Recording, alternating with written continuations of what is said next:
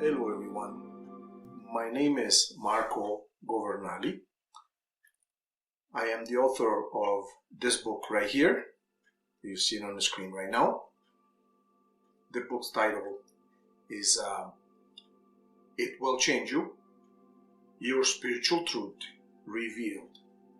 So first off, I am a 55 years old business person living in Canada. I was born in Italy originally, hence my English. So, number one, for starters, welcome to my channel. I hope you're gonna like what we are gonna be discussing in the future. But just for this one first video, let me just clarify a few things. Number one, at age 12, when I was still in Italy, I lived in Italy. I left Italy at age 23. Now, at age 12, I had a pretty normal childhood, middle-income family. My father was a truck driver, long haul. My mother, a homemaker. We were not rich, we were not poor, just normal. Going to school, of course, 12 years of age. One day getting out of school, I remember it was 2:28 in the afternoon when this happened, and it was February 28, 1972. So getting out of school, well, the best way I can describe it is a car basically going around the corner. As we found out later, it was going at 120 kilometers an hour in the city. This is a 50 kilometers an hour zone. This car was traveling at 120 kilometers an hour, we found out later from the police. Anyways, I heard this screeching tires noise from behind us, were myself and several other students getting out of school.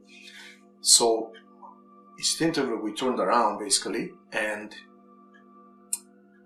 I saw this yellow car, a Fiat 127 at the time, basically on two wheels, because I guess it took the curve at such a high rate of speed that the car just went on two wheels.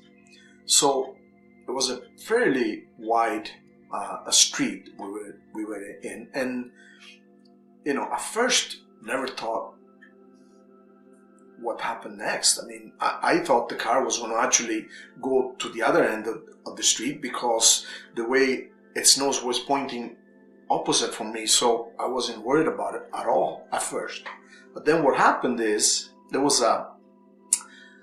this gentleman on a bicycle across the street. So I guess so it's going like this right now. I'm on this side, and I guess trying to avoid him, he steers the other way. But the speed of the car, of course, caused the car to spin 180 degrees, and now it's starting to roll over on its side. And basically now it's coming towards me, rolling on its side. So now the nose of the car is pointing that way, so 180 degrees. As it did that, of course, now it's coming towards me. I mean, now put it this way: the best way I can explain it is this whole accident, this whole thing I'm trying to describe, from when I heard the screeching tires noise until the car hit me or came on top of me, probably took no longer than 3 to 4 seconds, 5 seconds at the most. But what happened is, once the car turned at 180 degrees and is now starting to actually fly up in the air and rolling 3 times over like this, it's now coming with its roof, because the car was upside down as it was rolling, of course. With its roof towards me, all I could do is go back as far as I could, but there was a chain link fence behind me, so that's as far as I could go. And basically, the best way I can describe it, everything went really, really fast. But once the the roof of the car was now about, I would say, 10, 12 inches from me. Basically, the best way I can describe it is everything turned black and white, slow motion. So one thing I will never forget for the rest of my life. Slow motion, and as soon as and it seemed like taking forever. So as soon as the car reached here, normal speed, and then it slowed down. So now all I could do was took a deep breath, and basically the best way I can describe it is I do not remember the car hitting me or touching me, because all of a sudden I am no longer there. I am up in the air, some 20, 23 feet, 25 feet up in the air. So it was an immediate switch, basically, from being under the car, almost under the car, boom, all of a sudden I'm looking down from up in the air. So now consider this. Number one, I was only 12 years of age. I knew nothing, absolutely nothing about out-of-body experiences or near-death experiences or dying and coming back. I knew absolutely nothing. All I knew was my toy soldiers and my little model cars I was playing with at the time. So I'm trying to describe it the best way I can. But all I can say is I saw the car upside down on top of me. The engine still revving, the wheels still spinning. I remember the bottom of the car was all black, and all I could see was my head basically sticking out from one side, but my body was totally under, from here down, it was totally under the upside down car. Now, put yourself in my shoes. What could I do? I mean, I was trying to, yes, I was overwhelmed, but I was simply trying to explain. I was simply trying to come up with some kind of explanation in my mind. What's going on? I mean, no pain. I couldn't feel no pain. All I could hear was a big buzz. Like it was almost like being inside. I don't know how to describe it. Like some kind of a humming, like that, and trying to figure out what's going on. Now, because this was a school, and across the street we had a soccer team, a soccer stadium, believe it or not, and a tennis court. Immediately, almost over 100 people, like I could see, I would say 150 people came out from everywhere, because they heard the noise, of course. Now, the first thing I see is 4 or 5 guys. They actually grabbed the car from on top of me and lifted up. This is it was not like a Mercedes or anything like that. It was a Fiat 127, a fairly light car. But so they lifted on top of me, and I remember they put it in front of me, like probably 10 feet, still upside down, still the engine revving. So 2 things happened. Number one, now I look at my body. Now I can see my body down there on the asphalt. And by the way, the chain link fence got flattened at the same time with me on it. And I am telling you, my body looked like a asphalt, asphalt machine paved me over. I mean, I was flat to the ground, to the point where my pants, I was wearing that day a brown corduroy pair of pants and a green light sweater. And my pants, from the downward pressure, busted at the seams on the sides. And my femoral bones actually stuck out of my legs and pants. So I could actually see my bones, my femurs, sticking out of my pants, very white in color. So I was like totally mesmerized. Now keep in mind, I could feel no pain. I was up there. My body was probably dying of pain if it wasn't dead already, but I couldn't feel no pain at that point. Basically, there were 2 of me. one up here doing all the thinking and all the reasoning and looking at everything that was happening around my body, and then my body was down there, and for the life of me, I just didn't know what to do, what happened, why was there two of me. But it was such a fast, everything was happening so fast that I really had no time to think. All I could do was observe.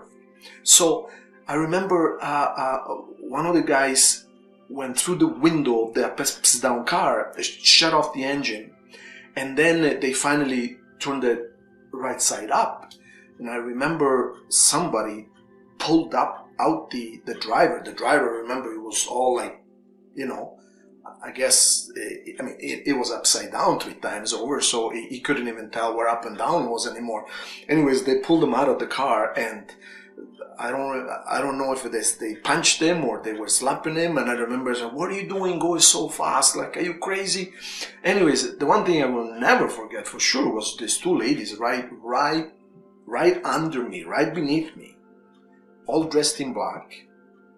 And of course, this is Italy we're talking about, so they were speaking in Italian. And I remember one said, "Povero bambino, penso che è morto," which means poor kid, I think he's dead.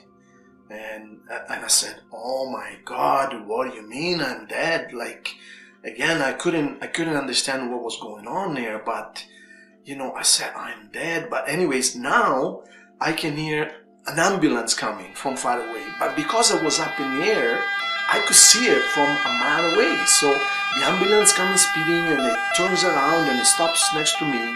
I remember 2 paramedics, they were dressed in orange at the time, and I remember they basically put a stretcher. Now, my teacher, one of my teachers, was next to me all the time, and you know, he was trying to revive me, you know, any way he could, but you know, I was up there, my body was basically gone.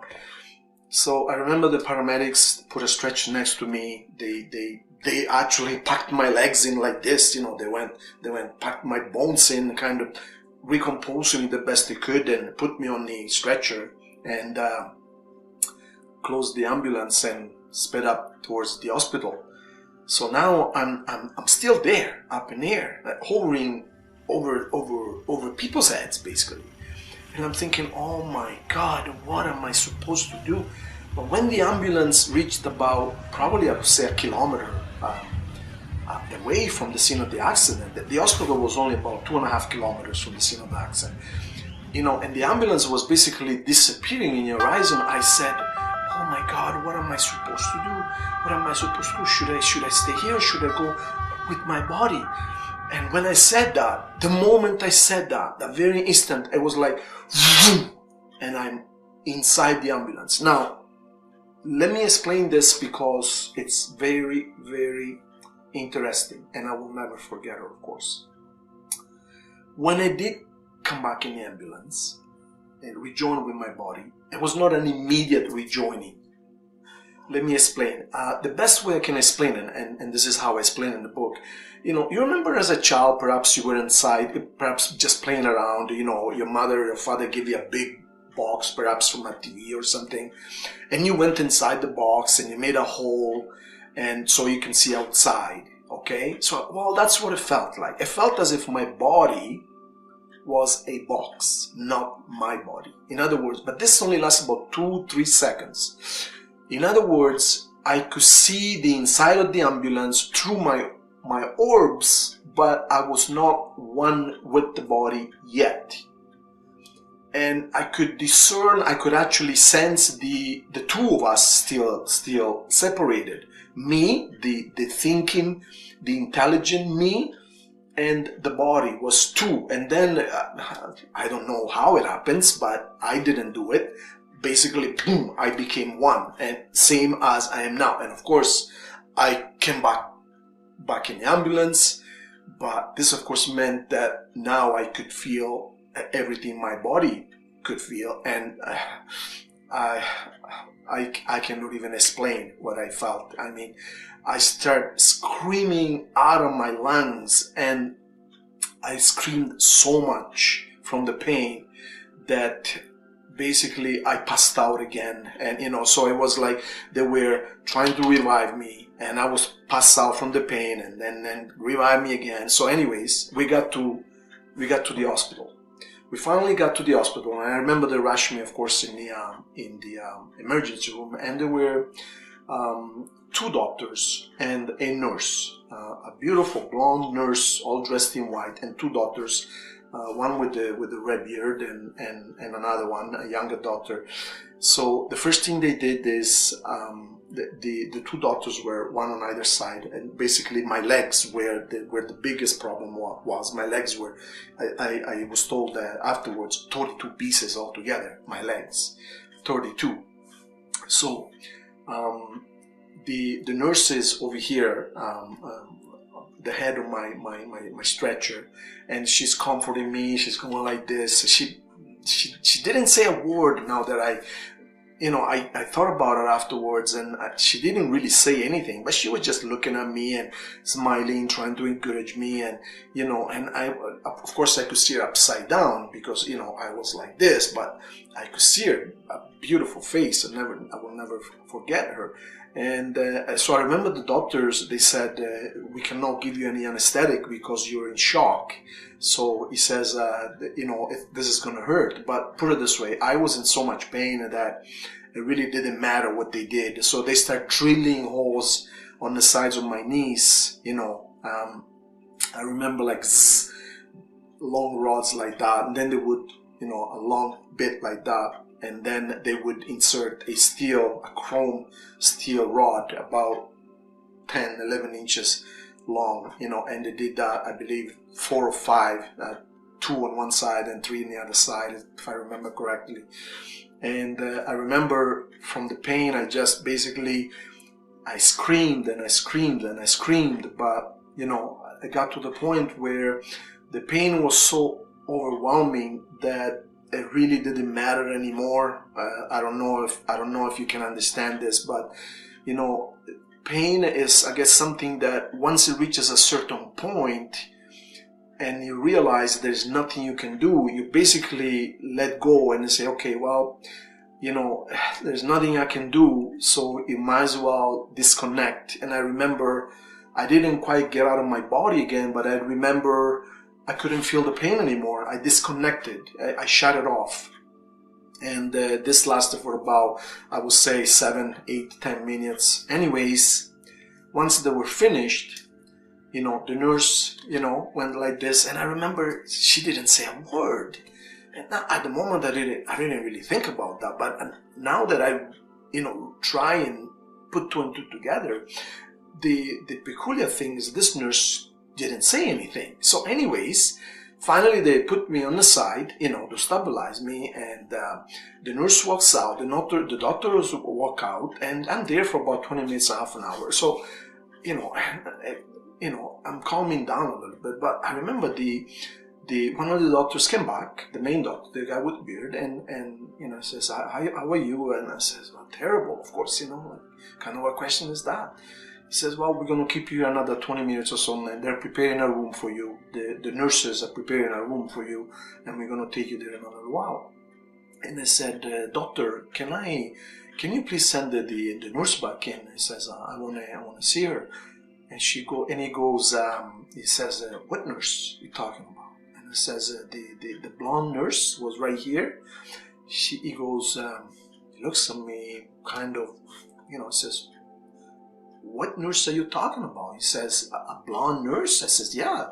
He says, there were 3 of you. I says, 2 male doctors drilling my legs, and the blonde nurse here comforting me. He says, look, he says, there was no nurse with us. He says, it was just me and him.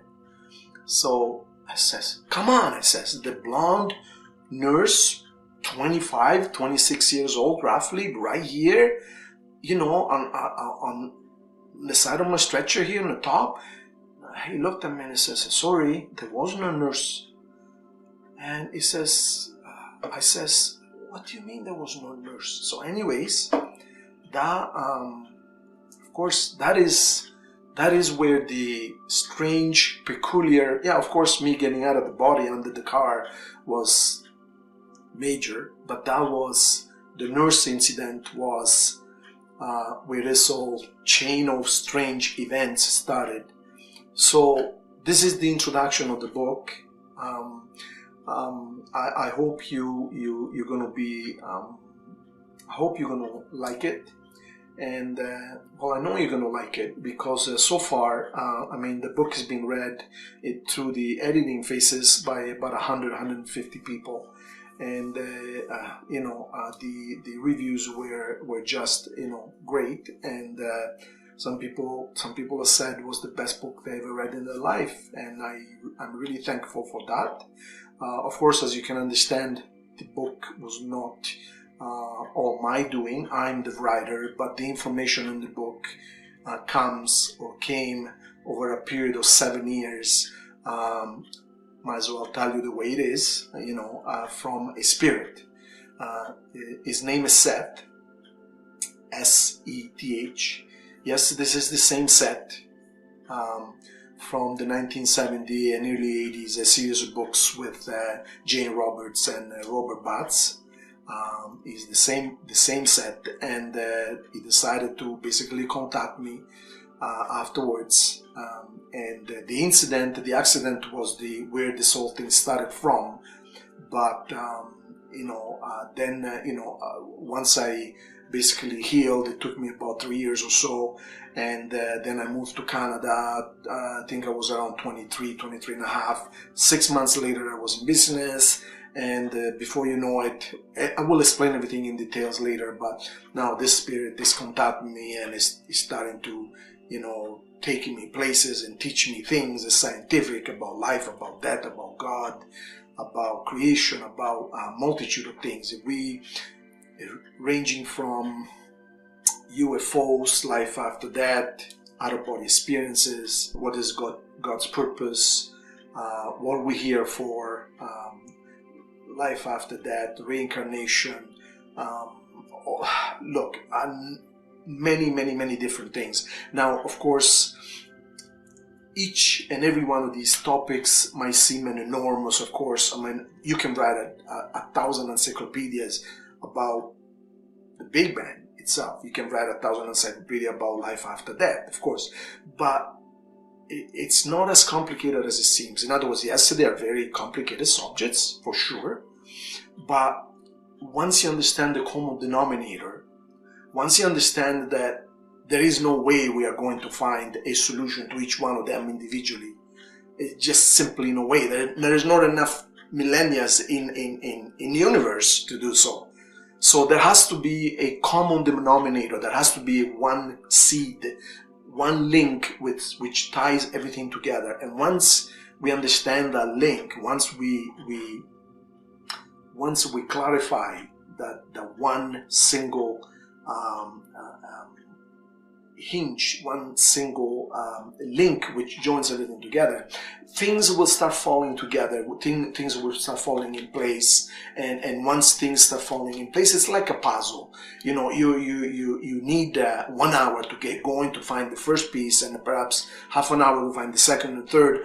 But once you get an idea of the picture, the rest of the pieces come together pretty quickly, and things start making more sense. Oh, this is why, and oh, this is why this happened, and oh, this is what that means. And before you know, you have a pretty complete, pretty full picture. So this is the introduction video to the book. You can pick up the book, of course, on Amazon, hard copy as well as electronic version, and of course in every bookstore. The book is doing great, and I hope you like it. And of course, keep coming back here, and there's going to be a series of videos that we're going to be making, dealing each with one different topic. Basically, what I'm planning to do is read and explain the book as I go from the beginning. You know, so read a section and explain it, read a section and explain it, and discuss. And of course, we're going to open a chat line. We're going to open an ongoing conversation, and I hope you participate and you give me your opinions, and hopefully you can learn something from me. I can learn something from you, and both we grow at the same time. Okay? Of course, this has been a very emotional experience for me. I cannot begin to tell you how involved and how emotional this has been. 25 years of my life I've dedicated in writing and researching this book. And now that it's done, I thank God and I thank all that is for giving me this opportunity to share this information with you. So I send you my love, and please keep on coming back, and I believe you're going to enjoy and you're going to find conversation very interesting. So have a wonderful day, and we will chat very soon. Thank you.